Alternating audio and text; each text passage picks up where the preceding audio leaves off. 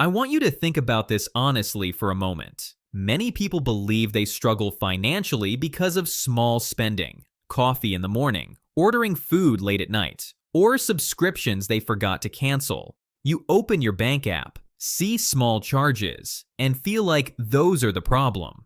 But even if you removed all of those things, your financial life probably would not change very much.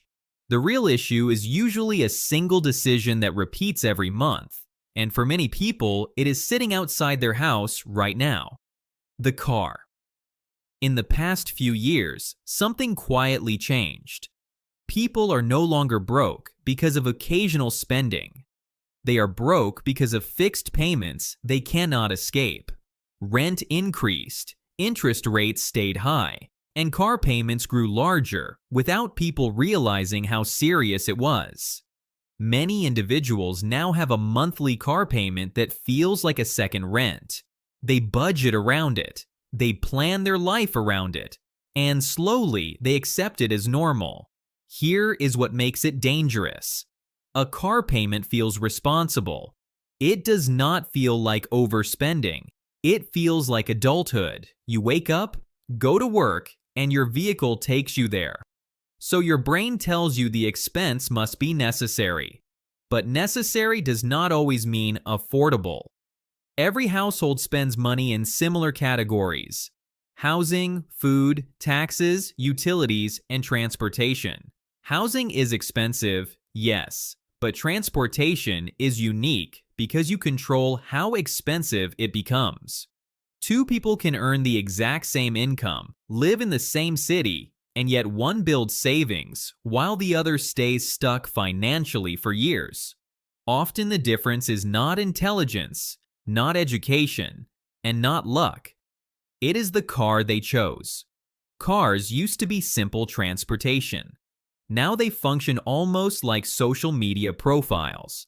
Someone buys a new car, and within hours it appears on Instagram stories, WhatsApp status, or group chats. Friends react. People congratulate them. Comments appear saying things like, "You're doing well," or "Success looks good on you." Society praises the purchase, but nobody posts their investment account. Nobody shares their emergency fund. Because of that, people slowly begin buying image instead of usefulness. Most drivers believe a car only costs the monthly payment. That is the biggest misunderstanding. A car actually has multiple separate costs: depreciation, loan interest, insurance, fuel or electricity, maintenance, and yearly government fees. Some of these you see immediately, but one of them is silent and extremely powerful: depreciation. Depreciation means the vehicle automatically loses value over time. You can wash it weekly, park carefully, and avoid scratches, but the value still falls. Time alone reduces its price. The first few years are the steepest drop. The first owner pays the highest loss, while the next owner often gets a very similar car for far less money.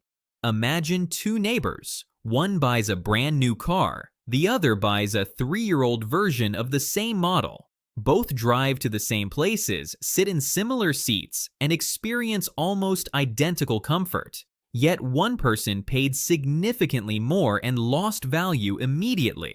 The other kept thousands in their savings account. Financing increases the problem. Dealers rarely talk about total cost anymore. Instead, they focus on monthly payment. A very expensive vehicle suddenly sounds reasonable when the payment is spread across many years. Your brain hears a number it thinks it can manage. But stretching a loan does not reduce the price. It only extends the obligation. Some people are still paying for a car long after the excitement of owning it disappeared. Then come the running costs: fuel or electricity, insurance, and routine expenses. Even when the car is parked, money continues leaving your account. Insurance alone can surprise many people. Modern cars contain cameras, sensors, and computers. A small accident no longer means fixing metal. It means repairing technology. Because of that, Insurance premiums have risen in many places. Maintenance is also guaranteed. Tires wear out. Brakes wear down. Fluids must be replaced. Eventually, a warning light appears on the dashboard. Everyone has experienced that moment. You notice the light, you immediately lower the music, and you begin driving more carefully, even though you have no idea what the problem is. The stress alone shows that a car is not a one-time purchase. It is an ongoing responsibility. Now we reach the most important cost: opportunity cost. Money spent on transportation cannot grow elsewhere. It cannot be invested, cannot start a business, and cannot fund learning a new skill. Over years, this matters more than people expect. In a world where people build income online, create digital products, or invest gradually, cash flow matters. A vehicle can quietly consume the very money that could have created financial freedom. Think of it this way.